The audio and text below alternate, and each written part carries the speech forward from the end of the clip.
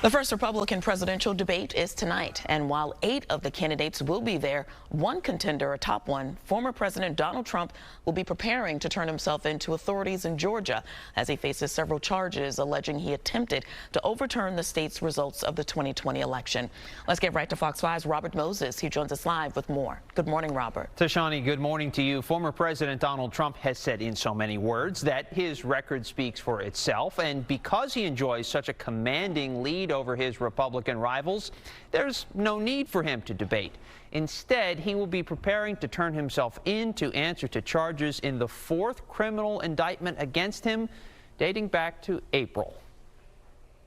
Former Mayor Rudy Giuliani is expected to turn himself into authorities today in Atlanta. Former President Donald Trump promises to do so tomorrow.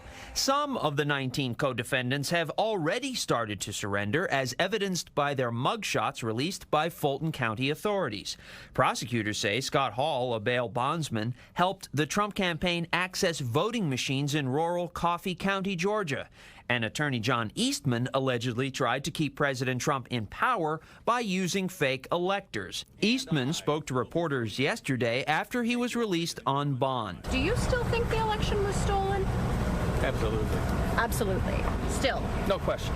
No question in my mind. Other defendants also made news yesterday. Former Justice Department official Jeffrey Clark and the former head of the Georgia Republican Party, David Schaefer, filed motions asking for the case to be transferred to federal court, just as former White House Chief of Staff Mark Meadows did last week. Moving the case to federal court would allow for a broader and potentially friendlier jury pool. With former President Trump preparing to turn himself in Atlanta tomorrow, 8 people challenging him for the Republican nomination will appear in Milwaukee tonight for a 2-hour debate on Fox News Channel.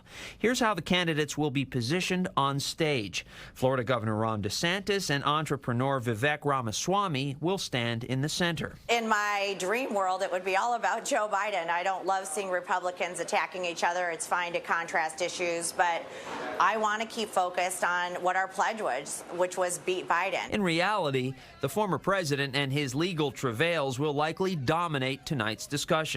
And former President Trump will hardly go unseen. An interview he already recorded with former Fox News host Tucker Carlson, who now hosts a show on X, formerly known as Twitter, is expected to be released as the debate is airing or shortly before. The former president's son, Don Jr., said this week that he will attend the debate tonight, but he will not be allowed into the post-debate spin room, which is where surrogates make their cases for their chosen candidates. That's because Fox News has said that no surrogates of candidates who don't participate in tonight's debate will be allowed into that spin room. Tashani, back to you. Robert, thank you.